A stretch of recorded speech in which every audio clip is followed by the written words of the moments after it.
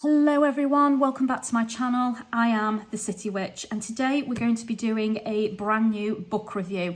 Before I jump into the review, I just want to cover how I like to conduct my book reviews. And it's very simple. I've spent time reading this book from cover to cover. I've made notes and I've divided them up into positive and negative notes to let you know my personal thoughts and opinions as I progressed through this book. I will give you a look at the contents and some of the pages of the book so you know what you're going to be getting if you choose to purchase it. I will score the book at the end from 1 to 10 and let you know if it made it to my magical library or not. So the book we're going to be reviewing today is called Familiars in Witchcraft, Supernatural Guardians in the Magical Traditions of the World by Marja Dioust. And I do hope I'm saying her name correctly, but my apologies if I'm saying it wrong because I'm terrible at name pronunciation, so my apologies. Also, as I'm recording this, it's a rainy day today, so if you can hear the rain in the background, my apologies, guys. There's not a lot I can do about it, British weather and all that. So let's flip the book over and see what the author has to say on the back. Exploring the history and creation of a witch's familiar, also known as a spirit double or guardian spirit, Marja Dioust shows how there is much more to these supernatural servant spirits and guardians than meets the eye. She reveals how witches are not the only ones to lay claim to this magician's assistant and examines how the many forms of witches' familiars are well known in folklore throughout Europe and America, as well as in shamanic and magical traditions around the world, including Africa, India, and China. The author explains how familiars are connected with shapeshifting and how the classical familiars of medieval witchcraft traditions are related to the power animals and allies of shamanic practices worldwide, including animal guardian spirits of Native American traditions and the daemons of the ancient Greeks and Romans. She examines the fetch spirit, long affiliated with European witches, and how the witch or sorcerer draws on their personal sexual energy to give this creature its power to magnetize and attract what it was sent to retrieve. She looks at incubi, succubi, doubles, doppelgangers, and soulmates, showing how familiars can also adapt human forms and sometimes form romantic or erotic attachments with the witch or shaman.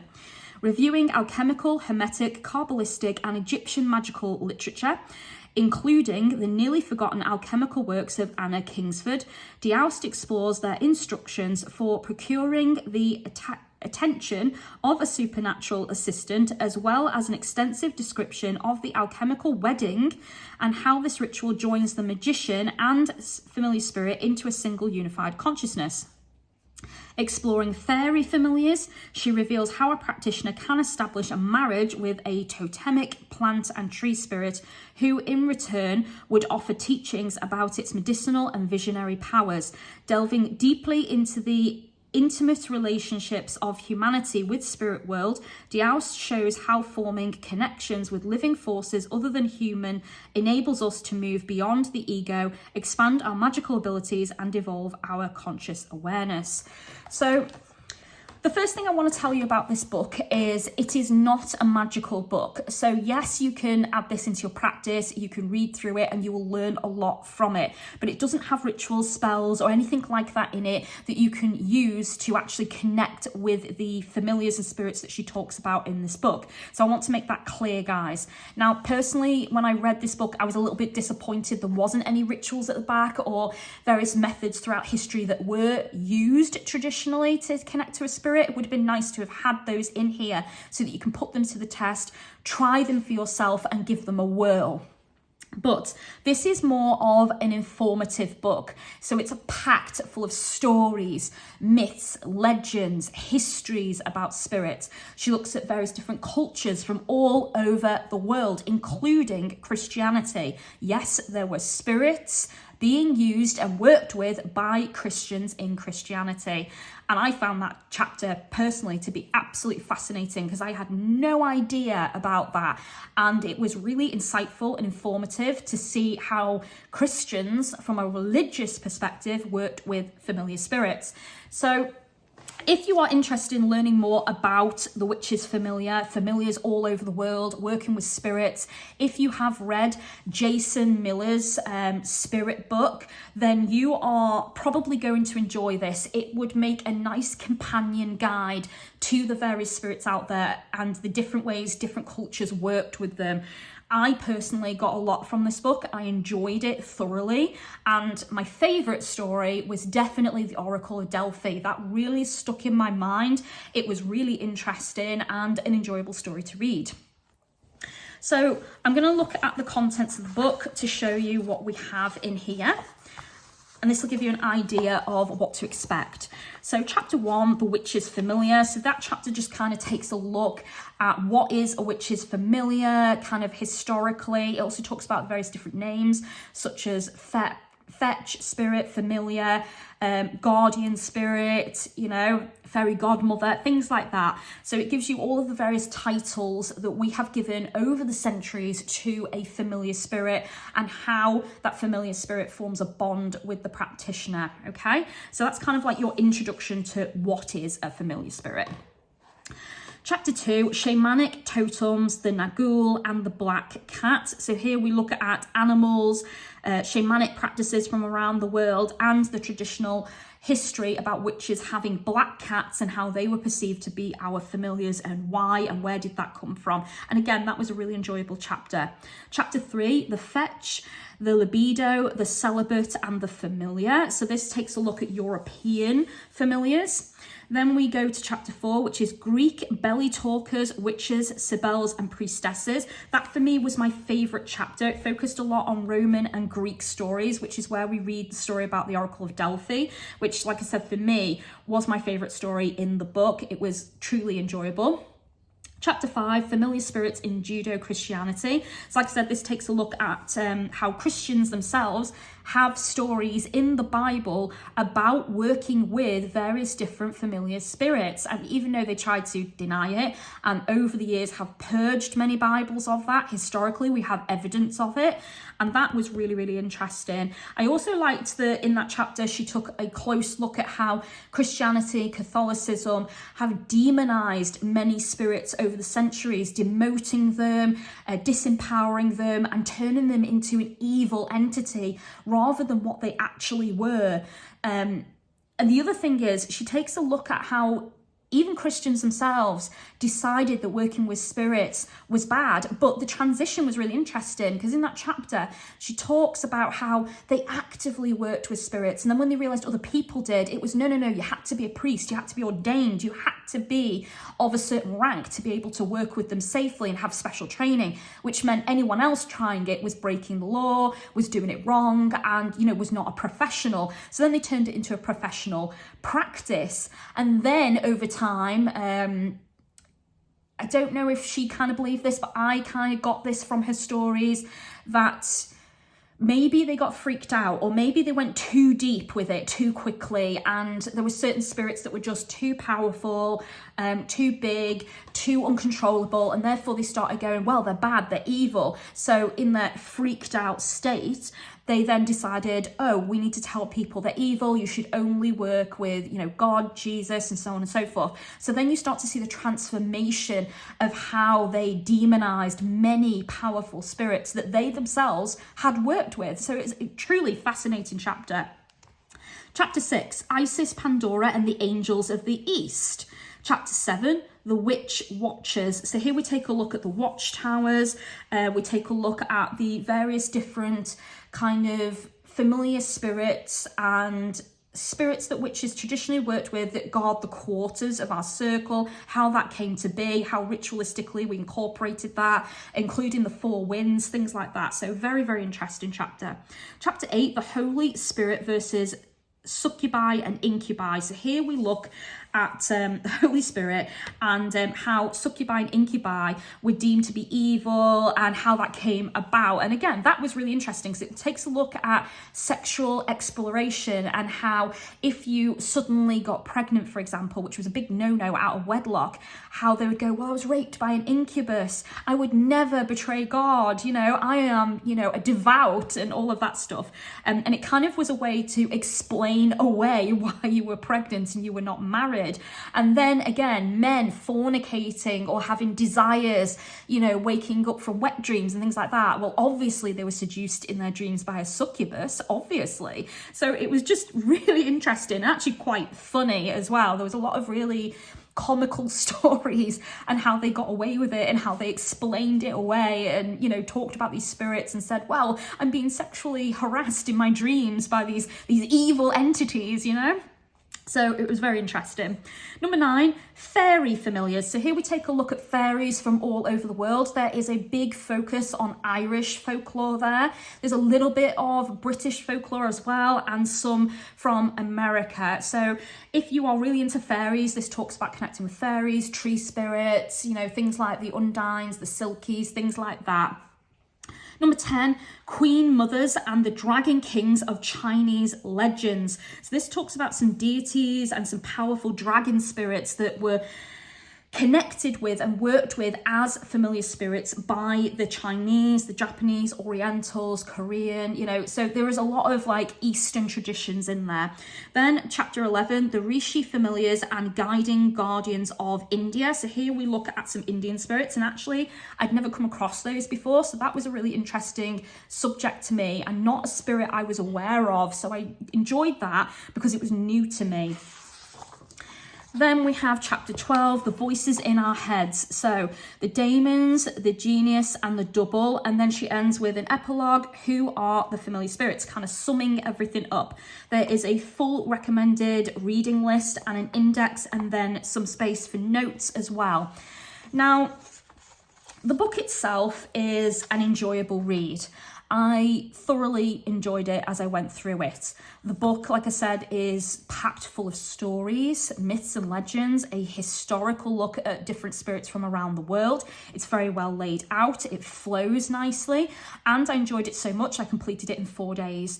It was such a good, fun book to read, and it gave me so much insight and information on spirits that I myself work with. And I really enjoyed looking at how historically some of these spirits were worked with, and the clever witch can use that information to work with those spirits and actually deepen your bond and connection to them, and historically work with them how they like and enjoy to be worked with. So you can kind of take that information and go, oh, well, they used to offer grapes to that spirit. I'm going to do that as well. I've never thought to do that, but now I know to do that. I'm going to. So you can learn a lot from this book, but it's not a magical book, so you're not going to get spells and rituals in it. But if you're clever and savvy and you take notes from this book, there are insights and little tips and tricks that you can pick up on that will help you with your connection to a particular spirit, or introduce you to a certain spirit, because you've got information here how they came about, how they were worked with, and how to approach them as well respectfully. There's information like that contained in this book. The other thing I liked about this book is it has some beautiful artwork in it. Historically, how we ourselves perceived animals to shapeshift. I mean, look at this one. This is a cat, clearly, but it has human lips, it has a breast, it has a hand instead of a paw. You know, here we're seeing a human kind of blending with a spirit, like becoming one. So there's some really beautiful, interesting artwork throughout the book that kind of gives you insight into how they perceived spirits and how we work with them and connect with them. And that was one of the things that I enjoyed as I went through the book. There is, missed it there. I believe there is also some ritual occult symbols in here. There we go. Different seals and sigils that were used with the spirits, either to fend them off or summon and work with them. Positives about this book. As I say, the book is filled with fantastic and enjoyable stories, examples of how throughout history we have worked with spirits. We look at spirits from different cultures, different types of spirits, different various techniques that were used to gain insight from those spirits. And my personal favourite story, as I said, was working with the Oracle of Delphi.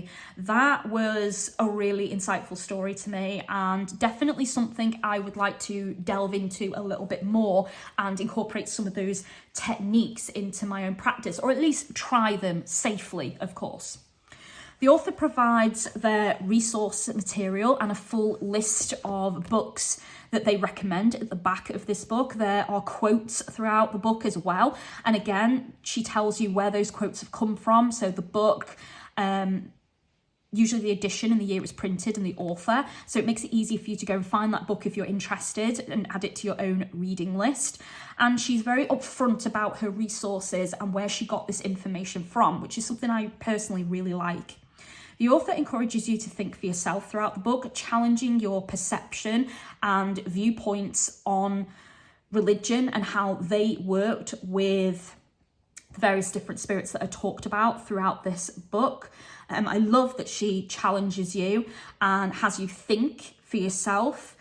She talks about all the various years of research that has gone into this book and how she's found that spirits were transformed or demonized and made evil over time and how that happened. And that was really interesting as well. Now for the negatives. Even though I am aware that this book is more informative and historical rather than a practical magical book, I will say that I would have liked the book to have included some kind of magical information at the back, some examples of rituals, calling a familiar spirit to you, connecting with them, bonding with them. There's talk about spirit marriages in here, and I would have liked actually an example of that given. If you wanted to do that, I think it should have been available to you as a practitioner. So I would have liked the author to have gone that extra mile and provided that at the back of this book, maybe with a disclaimer saying, you know, please be careful, don't be stupid, and I'm not responsible for anybody who does these rituals, but this is how they were done. This is what we know about them historically. So I would have liked that information given to me. But because of all the resource material in here, because of the further reading list, it's quite easy, I think, to go ahead and buy more books on the subject and figure that out for yourself. I don't think that information is being gatekeeped or hidden in any way. I just think the author was a tiny bit lazy there for me, and I would have liked for that to have been included. But like I said, this is not a magical book, so I've kind of forgiven the author for that because I'm aware it's not a magical book. It's just something you can add to your practice, give you insightful information, and historically talk about how we have worked with familiars of all kinds. I think the book felt a little bit incomplete to me. There were definitely some spirits that were not included in this book. As an example, the jinn and genies of, I believe it's Arabic culture, were not included in this book. The orishas of South Africa, Africa in general actually, were not really spoken about much in this book. And I get the idea of cultural appropriation and everything, but this book isn't about that. This is a historic book talking about all the various different spirits from around the world and historically how humanity have connected to them. It's meant to be a reference book. It's not meant to be a teaching magical book. So I sort of feel like that information still could have been included in here and provided. Now, there is slight mentions of, I think, the orishas once or twice, but it's not like a major story and it doesn't cover them thoroughly. And then again with the jinn and the genies, they weren't really covered majorly either. So there's definitely some missing spirits in this book, but the author might have been limited by how much information they could put in. You know, publishers these days will say you're only allowed so many words. So maybe that's why certain spirits were not covered, or maybe there was still research to do on those spirits and they just couldn't be included in this book in time. I kind of hope that a book 2 is on its way with the spirits that were missing, with more information historically, and maybe a ritual book to match this would be great. So overall, not too many negatives. I really enjoyed the book. I do think it's a good read. It's 138 pages long. The author is funny, charismatic.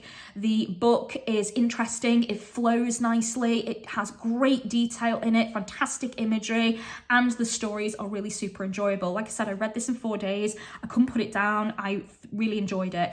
So for me, this book is quite easily an 8 out of 10. I do recommend it for those out there who want to connect with familiar spirits, learn more about them and understand them from different cultures. This would definitely be a great addition. But if you're not somebody that likes to do research, you're not really into the historic side of things, then don't get this book because you might be disappointed with it.